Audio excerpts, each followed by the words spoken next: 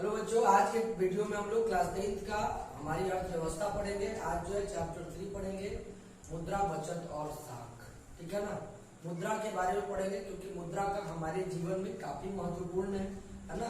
मुद्रा के बिना कोई भी कार्य आज के समय में संभव नहीं हो पा रहा है ना। कोई भी अगर कार्य आप दैनिक जीवन में कोई भी कार्य करते हैं तो सभी कार्य जो है मुद्रा पर ही आधारित है। सुबह की चाय से लेकर शाम के भोजन तक, जब आप डिनर भी करते हैं ना तो आप उसके लिए सब्जी खरीदते हैं, तो विभिन्न प्रकार के भोज्य पदार्थों को खरीदते हैं, है ना, तब जाकर वो भोजन बनता है। यानी कि सभी प्रकार की वस्तुएं, है ना, मुद्रा से ही खरीद कर लाते हैं। यानी कि हमारा जीवन जो है पूरी तरह से मुद्रा पर ही संभव हो पा रहा है, पूरी तरह से मुद्रा पर ही आधारित है। तो चलिए आज का चैप्टर हम स्टार्ट करते हैं, मुद्रा, बचत और साख। तो पहला टॉपिक जो है मुद्रा है, यानी कि मुद्रा क्या है। तो मुद्रा हमारी अर्थव्यवस्था की जीवन शक्ति है ना। अगर हमारी अर्थव्यवस्था चल रही है तो उसका एक ही कारण है, वह है मुद्रा। मुद्रा के कारण ही हमारी अर्थव्यवस्था जो है चल रही है। हमारी मुद्रा अर्थव्यवस्था की जो जीवन शक्ति के रूप में कार्य करती है। यह आधुनिक अर्थव्यवस्था की रीढ़ मानी जाती है। यानी कि अगर मुद्रा ना रहती तो शायद अर्थव्यवस्था का विकास इतना नहीं हो पाता, इतने उद्योग धंधे का विकास नहीं हो पाता, है ना। इसीलिए मुद्रा को आर्थिक, जो अभी की बात करें आधुनिक समय में, तो अर्थव्यवस्था का रीढ़ माना गया, बैकबोन ऑफ जो इकोनॉमिक, है ना। चलिए अब बात करें विनिमय। विनिमय का मतलब होता है आदान प्रदान, यानी कि किसी को कुछ वस्तुएं देना और उससे उसके बदले में कुछ लेना, तो विनिमय, है ना, आदान प्रदान करना। तो अब जो है विनिमय दो प्रकार का होता है, एक होता है वस्तु विनिमय और दूसरा होता है मौद्रिक विनिमय, है ना। यानी कि इसके दो प्रकार है, एक वस्तु विनिमय प्रणाली और दूसरा मौद्रिक विनिमय प्रणाली। अब वस्तु विनिमय प्रणाली क्या है कि जब एक वस्तु के द्वारा दूसरी वस्तु का आदान प्रदान होता है, ठीक है ना। यहाँ मुद्रा का कोई उपयोग, अगर हम बात करें, है ना, पुराने समय में, प्राचीन समय में अगर हम जाते हैं तो वहां क्या देखते हैं कि पहले जो है पैसे का, मुद्रा का प्रचलन नहीं था, तो जिसकी वजह से अगर विनिमय का कार्य होता था, लेन देन का कार्य होता था, तो लेन देन के कार्य जो है एक वस्तु के बदले दूसरी वस्तु जो है ली जाती थी। अगर हमें 5 केजी चना चाहिए तो उसके बदले हम उस व्यक्ति को जिससे हम चना ले रहे हैं उसे कुछ देते थे और तब जो है वो वस्तु हम प्राप्त करते थे। तो वस्तु विनिमय प्रणाली क्या थी कि जब वह प्रणाली जिसमें एक वस्तु के बदले दूसरी वस्तु का आदान प्रदान होता है, लेन देन होता है, तब वह प्रणाली जो है वस्तु विनिमय प्रणाली कहलाती है। जैसे गांवों में क्या था, पहले गेहूं से चावल बदलना, या मान लीजिए आइसक्रीम बेचने वाला आता था साइकिल पे डब्बा में भर के, है ना, तो उसे हम क्या करते थे, आलू या किसी अन्य पदार्थों से क्या करते थे, देते थे, तब उसके बदले वे हमें आइसक्रीम देते थे। तो ये क्या हो गई, वस्तु विनिमय प्रणाली। तो वस्तु विनिमय का मतलब वस्तु के बदले वस्तु का ही आदान प्रदान। एक वस्तु दिए तो हमें दूसरी वस्तु मिली, तो वस्तु के बदले वस्तु का आदान प्रदान वस्तु विनिमय प्रणाली होती। लेकिन समय की मांग को देखते हुए जैसे जैसे समय बढ़ते गए, वस्तु विनिमय प्रणाली में बहुत सारी कठिनाइयां आने लगी। तो वस्तु विनिमय प्रणाली की कठिनाइयों को दूर करने के लिए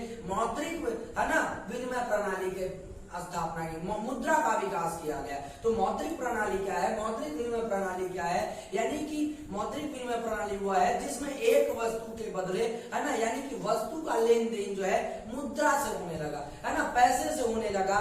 जब किसी भी वस्तु का लेन देन जो है मुद्रा के द्वारा संभव हो पाता है, तब वह प्रणाली क्या कहलाती है, मौद्रिक विनिमय प्रणाली कहलाती है। तो विनिमय प्रणाली दो प्रकार की, एक वस्तु विनिमय प्रणाली, दूसरा मौद्रिक विनिमय प्रणाली, जिसमें एक वस्तु के बदले दूसरी वस्तु का लेन देन, और इसमें वस्तु के बदले मुद्रा के बदले, मुद्रा से जो है वस्तु का लेन देन करेंगे, तो मौद्रिक विनिमय प्रणाली। अब बात करते हैं कि वस्तु विनिमय प्रणाली की कठिनाइयों को, है ना। वस्तु विनिमय प्रणाली में बहुत सारी कठिनाइयां होती थी। जैसे पहले कठिनाई जो थी वो थी आवश्यकता के दोहरे संयोग का अभाव। मान लीजिए कि हमें जो है जो वस्तु चाहिए, है ना, हमें जिस वस्तु की जरूरत है, अगर कोई व्यक्ति के पास वो वस्तु है, लेकिन जो वस्तु मेरे पास है उस वस्तु की जरूरत उस व्यक्ति को नहीं है, तो यहाँ क्या हो गया, दोहरे संयोग का अभाव हो गया। यानी कि दोनों की आवश्यकता को पूरा कर सके ऐसी वस्तुएं एक दूसरे के पास नहीं थी, है ना। मान लीजिए ए कोई व्यक्ति है और बी कोई व्यक्ति है।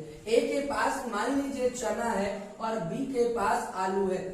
तो ए व्यक्ति को आलू चाहिए, ए व्यक्ति को आलू चाहिए, लेकिन बी व्यक्ति को चना नहीं चाहिए, इसे चना की जरूरत नहीं है। तो यहाँ क्या हुआ, दोनों की आवश्यकता की पूर्ति नहीं हो रही है। अगर इस व्यक्ति को आलू मिल भी जाए लेकिन ये तो देगा नहीं, क्योंकि इसके बदले से वस्तु चाहिए। मान लीजिए बी को चाहिए, चलिए लिख देते हैं चावल, बी को चाहिए चावल। तो हो सकता है अब ए क्या करेगा, ए को आलू की जरूरत है, ये बी दे नहीं रहा है क्योंकि उसे चना नहीं चाहिए, चावल चाहिए। तब क्या होगा, कोई एक सी व्यक्ति है जिसे जो है ना, जिसके पास जो है क्या है, मान लीजिए कि कोई और वस्तु है, चावल।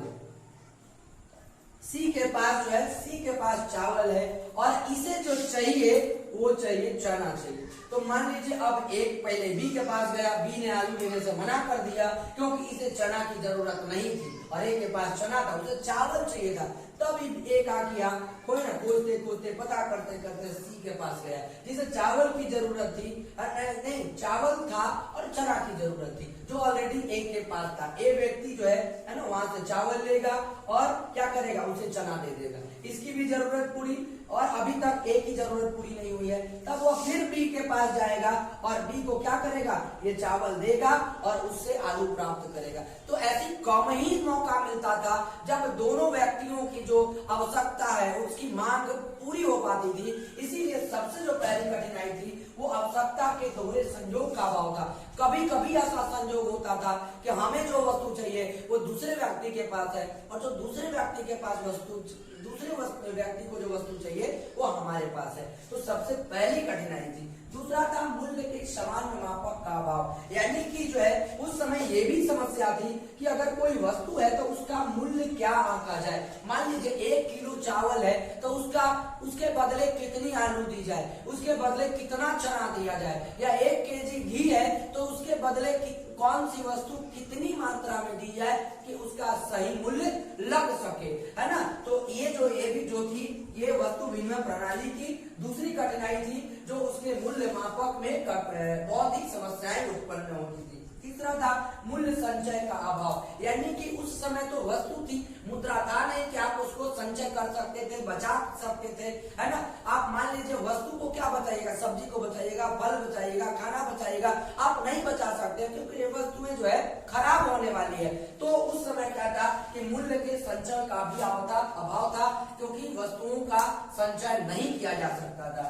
स्वविभाजन का अभाव, यानी कि मान लीजिए आपके पास कुछ ऐसी वस्तु है जिनका विभाजन संभव नहीं है ना। या मान लीजिए कि आपको चाहिए, एक ए व्यक्ति है, बी व्यक्ति है, सी व्यक्ति है, डी व्यक्ति है। आपके पास मान लीजिए कि एक है, क्या मान लीजिए मुर्गा या मुर्गी है, ठीक है, और आपको चाहिए चावल चाहिए, गेहूं चाहिए, उसके बाद तेल चाहिए। जो ये तीनों वस्तुएं जो है इन तीनों के पास है, लेकिन इन तीनों व्यक्तियों को मुर्गी चाहिए, है ना, इन तीनों को चाहिए। तो आप क्या कीजिएगा, अब कहेगा कि नहीं काट के हमको नहीं चाहिए, हमको एगो मुर्गी आपके पास है, मुर्गी की संख्या 1 और सबको चाहिए 1-1 मुर्गी।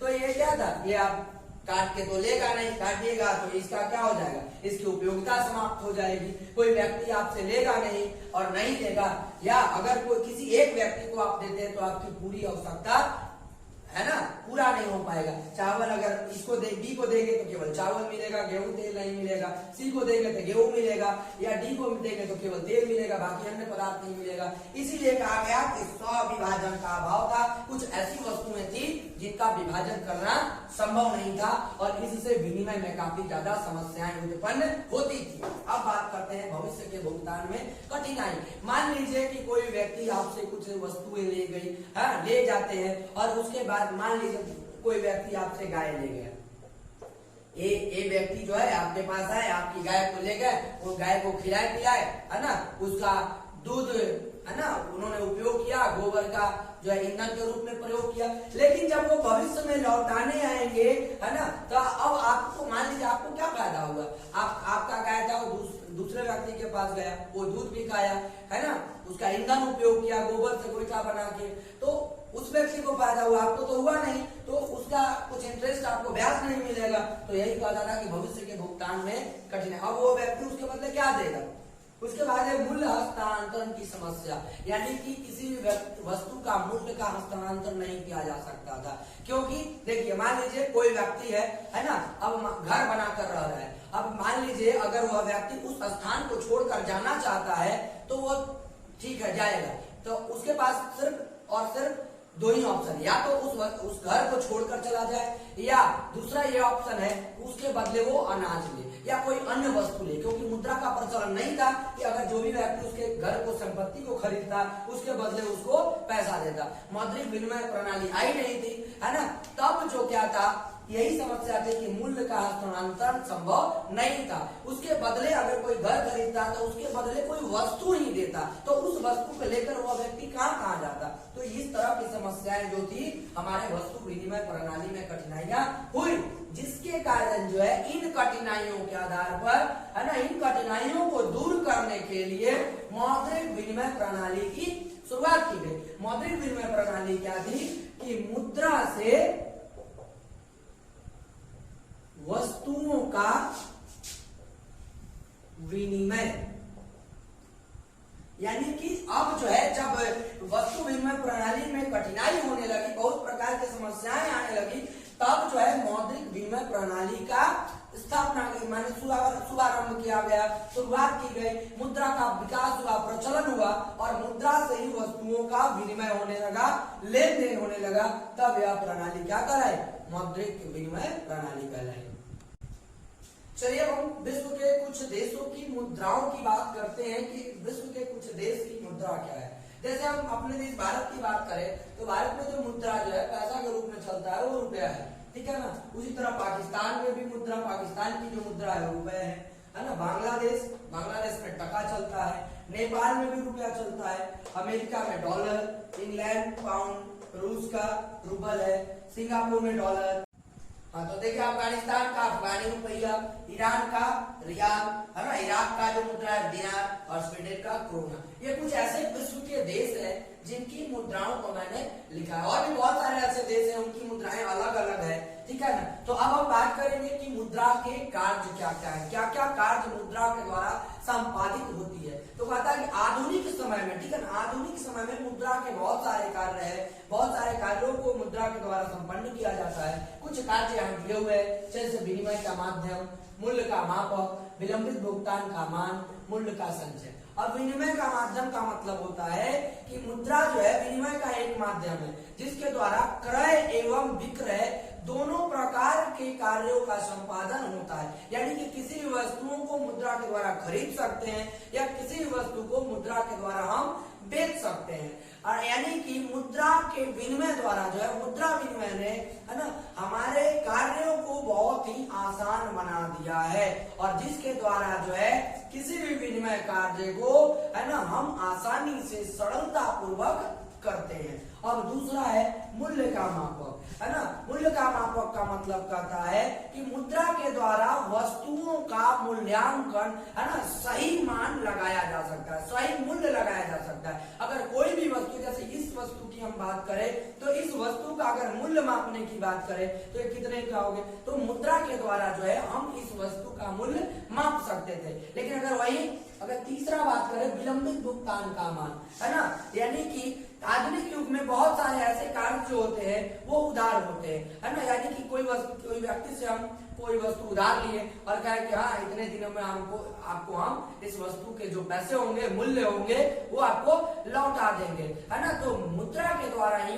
है ना, विलंबित जो उधार हमने लिया था उसका भुगतान संभव हो पाया है, है ना। अब हम बात करेंगे मूल्य का संचय, यानी कि मान लीजिए, है ना, आदमी कमाता है, उसकी इनकम, है ना, उसको खर्च करता है और खर्च करने के बाद जो है भविष्य के लिए जो है व्यक्ति कुछ बचा के रखना चाहता है ना, भविष्य की योजनाओं के लिए बचा के रखना चाहता है, तो जिसको मुद्रा के रूप में आसानी से वो संचय कर सकता है। तो ये सारे जो कार्य है जो मुद्रा के विकास के कारण ही संभव हो पाया है, ठीक है ना।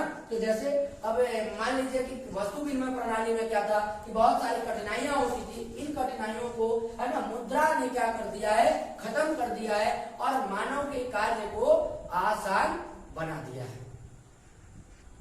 अब बात करते हैं मुद्रा का विकास। कहता है कि मुद्रा का क्रमिक विकास जो है निम्नलिखित है। क्रमिक विकास का मतलब लगातार है ना, लगातार धीरे धीरे जैसे जैसे समय बीत रहा है ना, उसके अनुसार जो है मुद्रा का विकास जो है होते जा रहा है ना। जब शुरुआत में जो था, सबसे पहले अगर बात करें तो वस्तु विनिमय होता था, यानी इसमें जो वस्तु विनिमय क्या थी कि इसमें एक वस्तु के बदले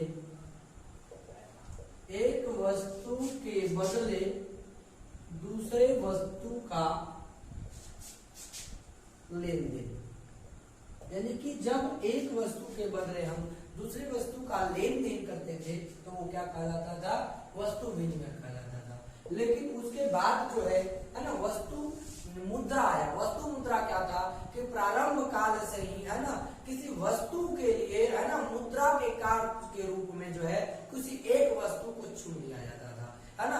अगर मान लीजिए कि हमको कोई वस्तु चाहिए तो उसके लिए जो है मुद्रा दीजिए, तो मुद्रा का विकास था नहीं, तो मुद्रा के रूप में जो है किसी वस्तु को चुन लिया जाता। कहा जाता था कि अगर आपको वस्तु चाहिए तो उसके बदले में हमें ये वस्तु चाहिए। उनके अनुसार जिससे आपको वस्तु लेनी है, जिस व्यक्ति से, उस व्यक्ति को जो वस्तु चाहिए वो वस्तु देनी पड़ती थी, तब वो हमें क्या करती थी, उस वस्तु के बदले में जो हमें चाहिए वो मिलता था, तो वो क्या कहलाया, वस्तु मुद्रा। जैसे शिकारी युग में क्या था, अगर हम शिकारी की युग की बात करें तो शिकारी युग में जो है ये खाल या चमड़ा से कोई वस्तु का लेन देन होता था, क्योंकि वही था। फिर अगर हम कृषि युग की बात करें, कृषि युग में क्या आया है ना, अनाज के बदले में है ना अनाज का लेन देन, वस्तुओं का लेन देन हो गया। तो जब वस्तु का जो है प्रयोग मुद्रा के रूप में होने लगा तो वह वस्तु मुद्रा कहलाया। अब उसके बाद जो है धात्विक मुद्रा आया, यानी कि धातुओं से बनी मुद्रा का प्रयोग, ठीक है ना। वस्तु मुद्रा के स्थान पर है ना सुगमता के लिए, आसानी के लिए जो है धातुओं का प्रयोग किया जाने लगा। धातुओं के प्रयोग में किए जाने लगे तो वह क्या कहलाया, धात्विक मुद्रा कहलाया। अब इसमें जो है पित्तल है ना, पित्तल, तांबा है ना आदि से बनी वस्तुएं का उपयोग होने लगा, तो ये सारे जो है धात्विक मुद्रा कहलाए। उसके बाद जो है सिक्के, ठीक है ना। धात्विक मुद्रा के बाद आया सिक्का, यानी कि धातु मुद्रा के प्रयोग में जो है विभिन्न प्रकार की कठिनाइयां सामने आती थी, तो उन कठिनाइयों को दूर करने के लिए है ना सिक्का का प्रयोग हुआ। ये उस समय जो ये सिक्के सोने, चांदी है ना इत्यादि से बने होते थे, और साथ ही साथ इस पर सरकार की एक मुहर लगी होती थी, एक चिन्ह लगी होती थी, और यह चिन्ह के कारण इस मुद्रा को हमने सिक्का का नाम दिया था, और ये सिक्का कहलाया। उसके बाद जो है ना धातु मुद्रा, ठीक है ना। धातु मुद्रा क्या था कि सिक्के को अब एक जगह से दूसरी जगह में ले जाने में कठिनाइयां होती थी, तो इन कठिनाइयों को दूर करने के लिए है ना, सॉरी धातु मुद्रा नहीं, पत्र मुद्रा। सिक्का के बाद पत्र मुद्रा। पत्र मुद्रा का विकास का कारण था कि सिक्का को एक जगह से दूसरी जगह ले जाने में काफी कठिनाई। मान लीजिए कि अधिक सिक्का हो जाए है ना, तब उसे एक जगह से दूसरी जगह कैसे ले जाया जाएगा, क्योंकि उस समय उतना यातायात का साधन भी नहीं था, तो ले जाना मुश्किल था। तब जो है ना इन कठिनाइयों को दूर करने के लिए पत्र मुद्रा का आविष्कार हुआ, है ना। पत्र मुद्रा के द्वारा जो है अब जो है आसानी से किसी भी कार्य को संपादित किया जाता है। उसके बाद जो है शाख मुद्रा। शाख मुद्रा का क्या है कि जब शाख का देखिए, सबसे पहले हम शाख समझ लेते हैं कि ये शाख क्या है। शाख का मतलब होता है विश्वास या भरोसा, है ना। यानी कि जब आप किसी व्यक्ति पर विश्वास करते हैं, भरोसा करते हैं, और तब जो है उसे कुछ मुद्रा उधार देते हैं, तब इस जो है स्थिति में वह मुद्रा क्या कहलाएगा, शाख मुद्रा कहलाता है। तो आर्थिक विकास के साथ साथ शाख मुद्रा का भी प्रयोग जो है आधुनिक समय में चेक आदि के रूप में है ना हो रहा है, और साथ ही साथ अंतर्राष्ट्रीय लेन देन में है ना अधिकांश रूप से शाख मुद्रा का प्रयोग किया जा रहा है। अब जो है उसके बाद जो है प्लास्टिक मुद्रा का उपयोग होने लगा। प्लास्टिक मुद्रा जो है आजकल बहुत ज्यादा प्रचलित हो चुका है। प्लास्टिक मुद्रा के रूप में आपका एटीएम सह डेबिट कार्ड, एटीएम सह डेबिट कार्ड, उसके बाद आ गया आपका क्रेडिट कार्ड, है ना। ये सब प्लास्टिक मुद्रा का एक रूप है। इसके द्वारा जो है विभिन्न प्रकार के कार्यों का है ना संपादन किया है। अब एटीएम का मतलब होता है स्वचालित टेलर मशीन। जिसके द्वारा जो है हम आसानी से पैसे का निष्कासन या हस्तांतरण, मान लीजिए अगर किसी व्यक्ति को अगर वो विदेशों में रहता है या मान लीजिए हमारे अपने देश मुंबई में रहता है या दिल्ली में रहता है, एक स्थान से दूसरे जगह अगर पैसे का हस्तांतरण करना है तो इसके द्वारा हम आसानी से कर सकते हैं। उसके बाद ये क्रेडिट कार्ड क्या है? क्रेडिट कार्ड का मतलब होता है बैंक हमें एक ऐसा कार्ड देता है जिसमें एक राशि निर्धारित होती है, उस निर्धारित राशि में से आप जो है पैसे का निष्कासन कर सकते हैं, उससे वस्तुएं एवं सेवाएं खरीद सकते हैं। तो ये क्या था?